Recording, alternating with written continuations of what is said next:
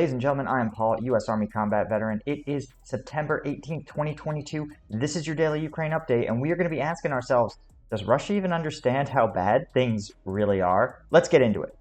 So, as you guys can see, there is not much of a change to the map. The two most significant things are, first off, you can see that, as we talked about yesterday, the Ukrainian withdrawal from this small area here, this salient, of course, they realized they were in danger of being cut off, withdrew to this defensive line, enabling the Ukrainian beachhead at Ozerne to connect with the larger counteroffensive.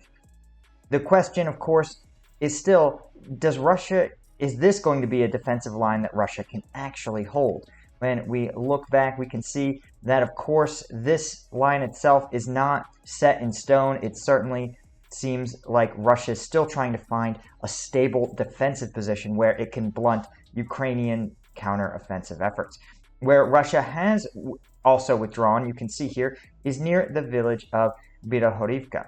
And the problem, what's noteworthy about this, is that this actual village and its neighbor, Hirohivka, was the high watermark of the Russian offensive. When they seized Lysychansk, we can see that their furthest advance was right here. So they have for months been locked into this defensive line with Ukrainian forces. So it's telling that now they are making significant withdrawals. They appear to almost be collapsing, and this is out of a very well-established defensive area for them. So again, this should all, if you're a Russian commander, warning bells should be going off. They should have been going off for months. And the fact that it appears that they haven't is sort of troubling. In fact, not only has Russia not appeared to use its very limited reserve combat power to shore up these collapsing lines, but they appear to be attempting to stage offensive operations near the Donetsk region. You can see here they are pushing Ukrainian forces, or attempting to make marginal gains, right, in the exact same sort of small piecemeal pace that Russia has been doing all along.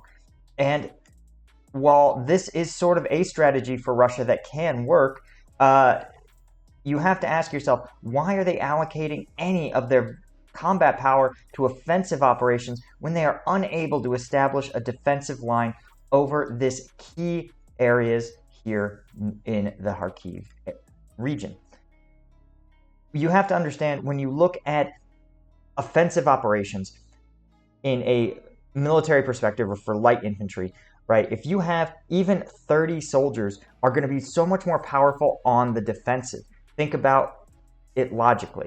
How would you rather fight an enemy, or where would you feel more effective? If you were on the offense, where you had to stand up, carry your weapons forward, and engage an enemy, right, having to expose yourself, or would you feel more effective in an established defensive position? You've dug a foxhole, you've got it, you're in the ground at eye level, right? You have established sectors of fire, you have a solid command and control. If you can, taking 30 soldiers and putting them on the defensive operation is going to make them much more effective than using them for ineffectual offensive efforts. And so the fact that the Russians have not made this call and are still trying to fight in Donetsk is almost a troubling level of ignorance from their command. The other thing, as we talked about in previous videos, think strategically. What is Putin's overall strategy in Ukraine? It's to create, it seems now, that it's to create the independent DNR and LNR, right? Well, where is the DNR and LNR territory going to be? Here's where it's not going to be. It's not going to be in Kherson.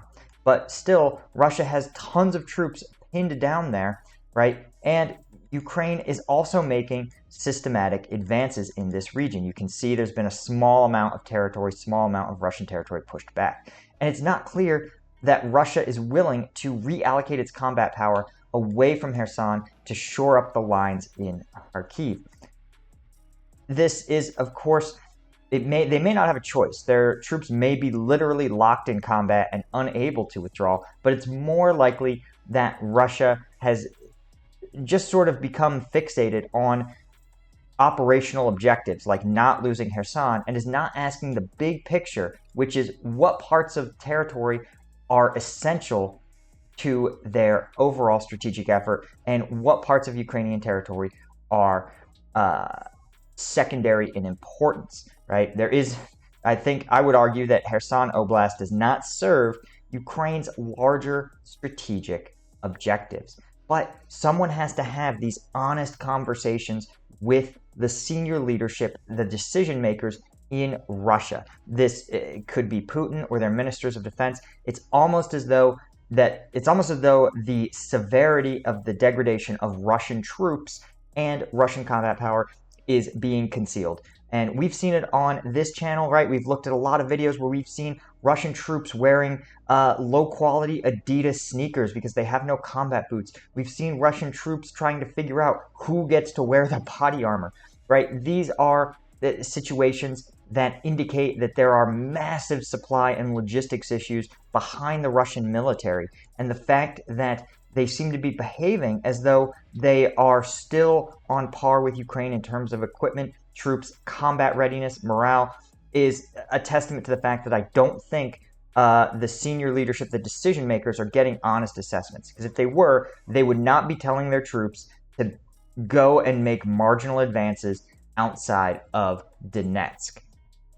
Even the Institute for the Study of War they're pretty neutral, but they are really, really puzzled by this as well. They describe the offensive operations near Donetsk city as meaningless, and that Russia is failing to put large-scale reinforcements in eastern Kharkiv and Luhansk, making them vulnerable to continued Ukrainian counteroffensives.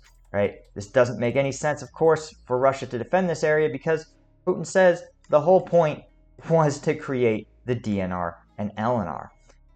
It's hard to understand what they're thinking or if they're thinking at all. And certainly this is a function of hierarchical militaries where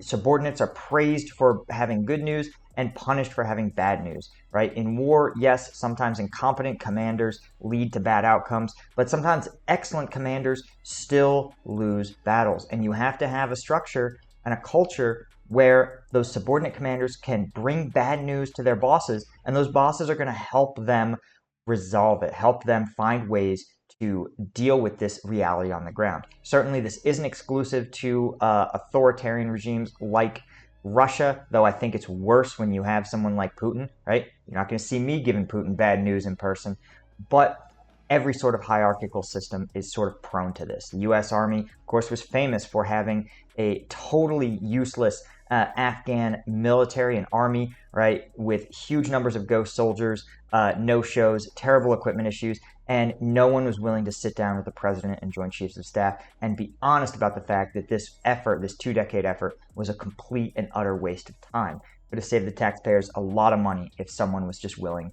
to give that stark reality to the people in charge. Anyway, guys, thank you so much for joining me. As always, of course, if you want access to uncensored combat footage breakdowns, you want to become a member of the Patreon. Thanks to my Lieutenant tier patrons. You guys make this possible. Link is in the description. I'll see you guys in the next one.